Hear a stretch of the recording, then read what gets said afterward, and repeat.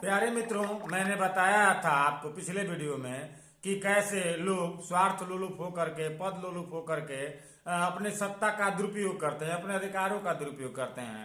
ठीक वैसे ही कभी पूर्व के कालों में जब हमारे वर्ण व्यवस्था को जाति व्यवस्था में बदल दिया गया था, तो केवल और केवल उन दिनों यही उद्देश्य रखा गया होगा कि हम लोगों को जातियों में तोड़ दें और हमेशा आजीवन जब तक हम जीवित रहें तब तक शासन की गद्दी पर बैठे रहें और अपने अंदर पूरे पावर को समाहित करके रखें। मैं जो चाहूँ आई हूँ। कुछ लोग तो इसी चाह में तानाशाह हो गए और कुछ लोग इसी चाह में अब कहीं के नहीं रहे। मैं शुरू करता हूँ। बाबा साहब भीमराव अम्बेडकर जी ने इस देश को चलाने के लिए बहुत ही पुनीत यानी पावन पवित्र काम किया। उन्होंने एक ऐसी पवित्र ग्रंथ लिख दिया जो एक तरफ हिंदू मतावलंबी जितना पवित्र गीता को मानते हैं, भागवत जी को मानते हैं, रामचरितमानस जी को मानते हैं, ठीक हो। हम सभी भारतीय लोग आज संविधान में विश्वास करते हैं, क्योंकि संविधान हमें समानता का अधिकार देता है, हमें शिक्षा का अधिकार देता है, हमें नैतिकता का बोध कराता है, हमें बताता है कि आखिर हमारा अधिकार है तो हमारे पास कुछ कर्तव्य भी हैं।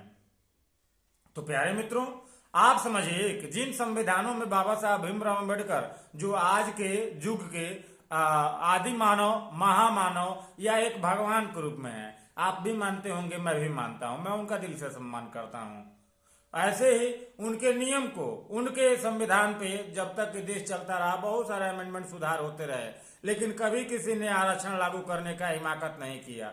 लेकिन एक प्रधानमंत्री जब इस देश में बने तो उनको ये लगा कि मैं तो राजघराने का व्यक्ति हूं और मैं ऐसा कुछ कर दूं भारत के लोगों के लिए कि मैं आजीवन प्रधानमंत्री बनकर रह जाऊंगा। उनका नाम है श्रद्धेय स्वर्गीय श्री बीपी सिंह जी, विश्वनाथ प्रताप सिंह। उन्होंने आरक्षण लाया। उसके बाद आप देखे कि कितना जनरल कैटेगरी को सवर्ण लोग अपना पेट्रोल छिड़क के, डीजल छिड़क के खूब जले, आत्मदाह किए लोग, लेकिन कभी वो कानून वापस नहीं लिए। आरक्षण मूलतः लागू ही हो गया। पहले 10 साल के लिए, 20 साल के लिए, 30 साल के लिए, तो आजीवन हो गया है। और सबको मिल रहा है।